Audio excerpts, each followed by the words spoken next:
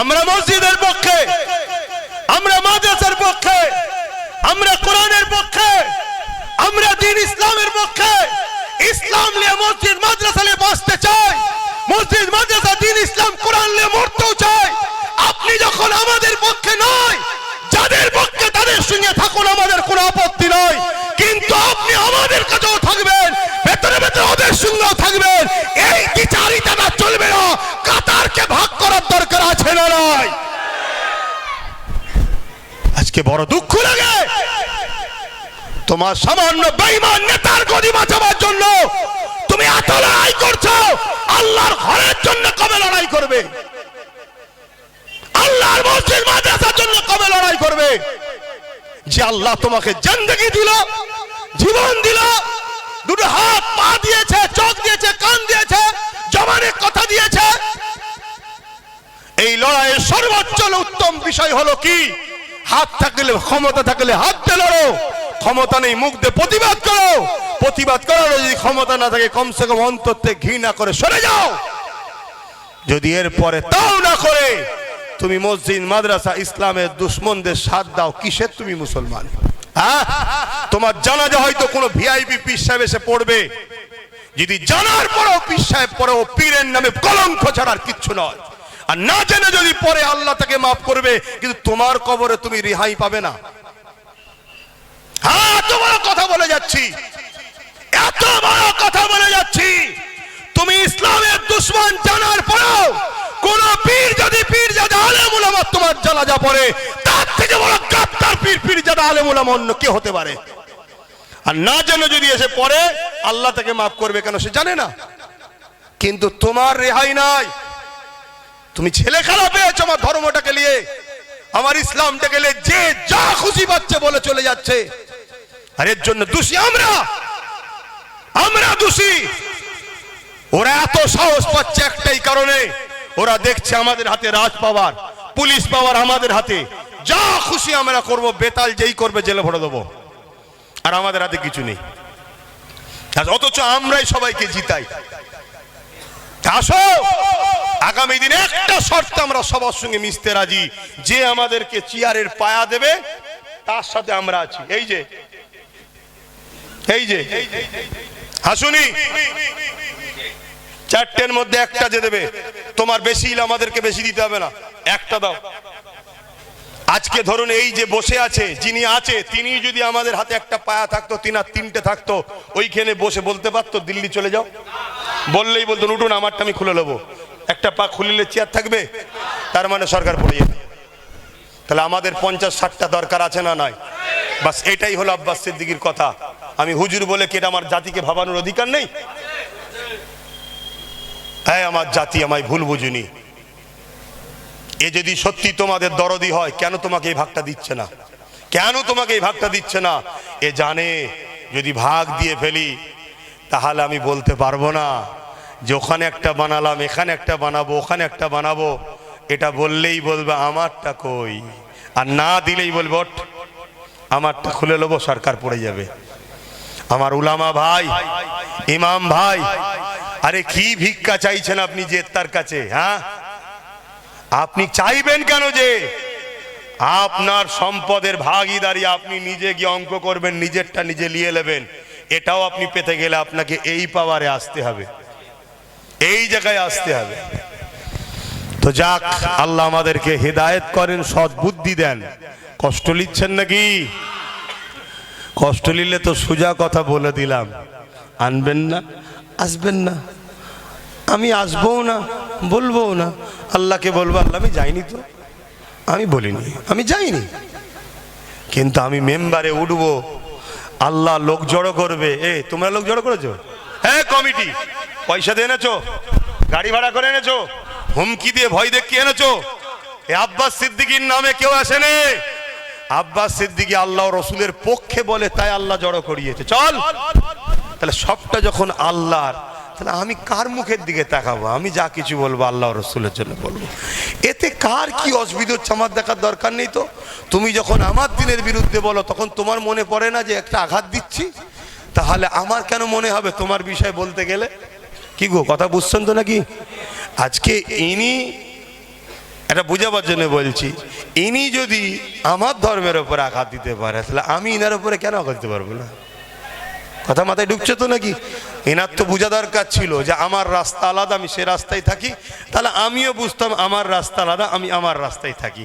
যখন রাজনীতির নেতারা মসজিদ মাদ্রাসায় হাত দেবে, উলামাদের দায়িত্ব তাদের কলজেতে হাত ঢুকানো, তবে তো তারা বুঝবে হারা মৌলী সাহেবের এখানে কেন। তখন আমরা বলবো তোরা মসজিদ মাদ্রাসায় কেন, তোরা তোদের ঘরে যা, আমরা আলেম উলামারা আমাদের ঘরে থাকি। কথা বুঝছেন না, বোঝেন না? তবেই তো সে বুঝবে। এখন খুব কষ্ট হচ্ছে, কেন সব করতে যাবে? এখন কিছুই হয়নি। এতটুকু জেনে রেখে দাও, আব্বাস সিদ্দিকী সব বোঝে। কেউ যদি তোমার বিপদের কারণ না হয় তাকে তুমি গুরুত্বও দেবে না, এটাও আমি বুঝি। শুনছেন তো নাকি? কেউ যদি তোমার বিরক্তের কারণ না হয় তাকে তুমি গুরুত্ব। রাত্রির অল আউট জ্বালান তো নাকি? কেন জ্বালান? ছোট দেখতে কি হবে, বিরক্তের কারণ, তার জন্য ব্যবস্থা করতে হয়। ইয়া নবী সালাম, ইয়া রাসূল, ইয়া হাবিব সালাম, সালাম কঠিন হাসরের দিনে কি আছে মোদের কপালে, গুনাহগার উম্মাত আপনার লইবেন সঙ্গে মাহশরে। নবী সালাম, ইয়া রাসূল।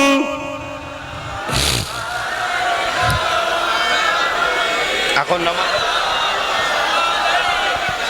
আমার বাপজানেরা আর কথা নয়, নামাজের জন্য সংক্ষেপ করছি। এবারে দিল থেকে বলুন, কষ্ট পেয়েছেন? কারা কারা কষ্ট পেলেন হাত তোলে। কে কে কষ্ট পেয়েছেন বলেন। আমি যদি সত্যি ভুল করে থাকি আপনি বলুন, আমি আপনার ঠিকটা মেনে নেব, অসুবিধে কি আছে রে বাবা। কিন্তু তা বলে মাকে তুলে গাল দেবেন না, বাপকে তুলে গাল দেবেন না। কেন আপনার গাল দিয়াতে আমার মায়েরও কিছু হচ্ছে না, বাপেরও কিছু হচ্ছে না।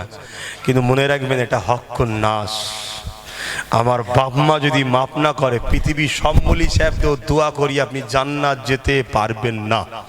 এটা সব উলামারা জানে। এটা কি হক নাস। আমি যদি দোষ করে থাকি, আপনার রাগ থাকে, আমাকে বলুন না। আমি তো আপনাকে বলছি কি ভুল করছি বলুন। কথা বুঝে আসছে? বাপ তুলবেন না, মা তুলবেন না। অনেকে তুলছে, অপরাধ কি না, তাদের জালিম নেত্রীর বিষয়ে লোককে জাগিয়ে দিচ্ছি যে জালিম, এ চোর, এ খুনি, এ দাঙ্গাবাজ, ইসলাম বিদ্বেষী। মাথা খারাপ হয়ে যাচ্ছে। আরে ওটাকে সবাই চেনে। ওই যে দিল্লিতে মাথায় বসে আছে, ও জালিমকে সবাই চেনে, কিন্তু এ বন্ধু সেজে গাদ্দারি করছে, এটা বুঝতে পারছে না। শেষ কথা আমার মা বোনেদের জন্য, মা আপনি জানেন স্বামী যদি হারাম ইনকাম করো আপনাকে খাওয়ায়, কিয়ামত দিন আল্লাহ আপনাকে ধরবেন, এটা জানতেন? কিন্তু আপনি 1000 টাকা ইনকামের মালিক হয়েছেন, 1200 টাকা ইনকামের মালিক হয়েছেন, 2000 টাকা ইনকামের মালিক হয়েছেন আপনি মাসে। আপনি জানেন মা, ওর জবাবটা কিয়ামত দিন আপনাকে দিতে হবে। ওই টাকাটা কিসের? মদ বিক্রি করার আর না দেহ বিক্রি করার? জানেন আপনি?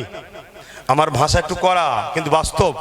এই সরকার বলছে মদ বিক্রিতে আমি ফেমাস, গর্ব, মাতাল সরকার গর্ব করছে। হ্যাঁ, আবার লাইসেন্স দিচ্ছে দেহ বিক্রি করার। লজ্জা লজ্জা। শুনছেন? তাহলে আমার মা, আমার বোন যদি কেউ আপন মনে করেন, তার উদ্দেশ্যে বলছি, কারণ আমার দায়িত্ব তো কুয়ানফুসাকুম ওয়া আহলিকুম নারা। কেউ যদি আপন মনে করেন, আমি জিজ্ঞেস করছি মা ওই টাকাটা কিসের আপনি জানেন? আপনাকে দিচ্ছে কেন? এজন্য দিচ্ছে পুরুষদের হাত যদি কবুল নাও হয়, মহিলাদের হাতগুলো কবুল হচ্ছিল। কেন আমার মায়েরা তারা তো ইনকাম করে না, আর হারাম যে খায় তার হাত আল্লাহ কবুল করবে না। মুসা নবীর এক উম্মত 40 বছর ধরে কেঁদেছে, আল্লাহ বলেছে দোয়া কবুল করবে না, হারাম খাই। তা আমাদের ইচ্ছা অইচ্ছাই হয়তো ঢুকে যাচ্ছে, এর সাথে মিশছি ওর সাথে মিশছি, কিন্তু আমার মা বোনগুলো ঠিক ছিল, কিন্তু সেখানটাও দরজাটা বন্ধ করে দিল যাতে আমরা বিপদের সময় আল্লাহর কাছে দোয়া কবুল না হয়। এটা অনেক বড় প্ল্যান। এই প্ল্যান আজকে নয়, 100 বছর ধরে প্ল্যান হচ্ছে। আজকে উত্তরপ্রদেশের যে হাল দেখছেন, এর আগে উত্তরপ্রদেশে 3টে সেকুলার সরকার ছিল। আজকে আইলাম মোহাম্মদ সাল্লাল্লাহু আলাইহি ওয়াসাল্লামের ব্যাপারে 3টের মধ্যে একটা কেউ মুখ খোলে নেই। যে 3 জন ছিল সেই 3 জনকেও বিজেপি সাপোর্ট করে বসিয়েছিল। আপনাদের জানা না এসব তথ্য খুঁজুন। আজকেও যাদেরকে আমরা সেকুলার মনে করে ছুটছি, এদেরকেও বসিয়ে এদের দ্বারা হারাম খাইয়ে খাইয়ে খাইয়ে খাইয়ে আমাদের প্রথম ভেতরটা খারাপ করছে। তাই মৌলী সাহেব আলেম সাহেব ভালো কথা বললে আমাদের পছন্দ হচ্ছে না, আমাদের পছন্দ হচ্ছে ইসলামের দুশ্মনের কথা বলিয়ে। লাস্টে একটা দিন দেখবেন ঠিক ওই উত্তরপ্রদেশের মতো সেকুলার চলে যাবে, কমনাল এসে হাজির হবে, তখন আমরা বিপদে পড়বো। একটা কেউ মুখ খুলবে না আমাদের হয়ে। তাই সময় থাকতে থাকতে নিজের কথা যদি নাও ভাবেন, নিজের বাচ্চাগুলোর কথা ভাবুন। একটু ছোট কর দোয়া, আল্লাহুম্মা আমিন। আয় আল্লাহ, আমার ডিউটি যতটুকু আপনি বলাচ্ছেন আমি বলছি মালিক, চেষ্টা আমি করছি। কি ফাইসাল্লাহ হবে কি হবে এসব আমি কিচ্ছু জানি না মালিক, সব তো আপনি জানেন। আপনি বলেছেন বান্দা চেষ্টা তোর, কামিয়াবি আমার। অতএব আমার ডিউটি আমি পেয়েছি, সামনে বোঝাচ্ছি আপনার বান্দা বান্দিদেরকে। এখন কার নসিবে কি আছে, কে আমার কথা নেবে না কে গালিগালাজ করবে, সবটা আপনি জানেন। তবে মালিক আমার এই চেষ্টাকে আপনি কবুল করুন, আমার চেষ্টাকে আপনি কবুল করেন। আল্লাহ আমার নলেজ সিটিকে আপনি কবুল করেন, আমার কওমের মানুষের ইমান ইজ্জতকে হেফাজত করেন, আমাদের মসজিদ মাদ্রাসা কবরস্থান ঈদগাহ খানকাকে হেফাজত করেন, ওয়াকাফকে হেফাজত করেন, কেন্দ্র ও রাজ্যকে জালিম সরকারদের হাত থেকে হেফাজত করেন, বিশ্বের মোমেন মুসলমানদের উপর দয়া করেন, তামাম বিশ্বের মানবতা প্রেমিক মানুষের উপর দয়া করেন। আমার দেশের হিন্দু দলিত আদিবাসী সাঁওতাল বাগদি খ্রিস্টান মতুয়া শিখ পাঞ্জাবি সবাইকে আল্লাহ সবাই তো আপনার ভালো রাখেন, সুস্থ রাখেন, সবাইকে মানববন্ধনে মিলেমিশে রাখেন। আয় আল্লাহ আমার ছোট ভাই নওশাদ, সে মানুষের জন্য, ন্যায়ের জন্য, দেশের জন্য, সমাজের জন্য তাকে ন্যায় পরায়ণ নেতা বানাবেন, তাকে কামিয়াবি দেবেন, বিজয় দেবেন, তার রাস্তার কাঁটাগুলো পরিষ্কার করে দেবেন। আয় আল্লাহ আমার নলেজ সিটিকে কবুল করুন, আমার আব্বা আম্মা ভাই বোন স্ত্রী বাচ্চা সকলের উপর দয়া করেন। আমার দাদা পীরের সিলসিলা আলেম উলামা খলিফার আওলাদ, দাদা পীরের আওলাদ সবাইকে মিলেমিশে রাখবেন, সুস্থ রাখবেন, হকের উপরে এক হওয়ার তৌফিক দেন, ন্যায়ের উপরে এক হওয়ার তৌফিক দেন, মসজিদ মাদ্রাসা দিন ইসলাম জাতি কওমের মানুষকে বাঁচাবার জন্য এক হওয়ার তৌফিক দেন। এই মাদ্রাসাকে কবুল করেন। খাস করে আমার 3টে হাফেজ সাহেব ভাই, আজ ভাইরা আপনার পাক কালামুল্লাহ শরীফ পড়েছে, আল্লাহ ভাইদের এটাকে কবুল করে নিন, কিয়ামত পর্যন্ত স্মৃতিকে ভরে রাখার তৌফিক দেন। আল্লাহ কিয়ামতের দিন আল্লাহ কোরআনকে সাথে করে নিয়ে ময়দানে মাহশরে ওঠার তৌফিক দেন।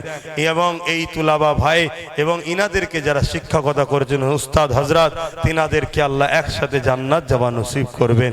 আল্লাহ যে যা আসালে হাত তুলেছে কবুল করেন। আল্লাহ সবার জন্য দোয়া চাইলাম। আমি অধম, আমার জন্য কি করব মালিক, আপনি আমার উপরে নারাজ হয়ে যাবেন না। আমার যদি চলার পথে কিছু ভুল হয় ইচ্ছা হয় ইচ্ছায়, আল্লাহ আপনি তো দয়ালু, আল্লাহ আপনি আমাকে হেদায়েত করেন, হেফাজত করেন, মাফ করে দেন। রেগে যাবেন না মালিক, আপনি রেগে গেলে আমি ধ্বংস হয়ে যাব। আল্লাহ হাসবুনাল্লাহ ওয়া নি'মাল ওয়াকিল, নি'মাল মাওলা ওয়া নি'মান নাসির। আপনি ছাড়া আমার কেউ নেই, আমি আপনার সাহায্য চাই, আপনার ভরসায় ঘুরি, আপনার হাওয়ালায় ঘুরি, কোথা না কোথা আপনি আমায় নিয়ে যান, সবটাই আপনার ভরসা, আপনার দয়াতে আমি ঘুরে বেড়াই। আপনি আমার উপরে নারাজ হয়ে যাবেন না, আপনি বড় দয়ালু। আপনি আমার প্রত্যেকটা ভুল পদক্ষেপ থেকে দূরে রেখে ন্যায়ের পথে চলার তৌফিক দেবেন। বারহাক কালমাতি লা ইলাহা ইল্লাল্লাহু মুহাম্মাদুর রাসূলুল্লাহ। আসসালামু আলাইকুম। আপনারা আমাকে সালাম দেন। ওয়া আলাইকুম সালাম। হাতে মুসাফা কেউ করবেন না, মসজিদে দেবেন।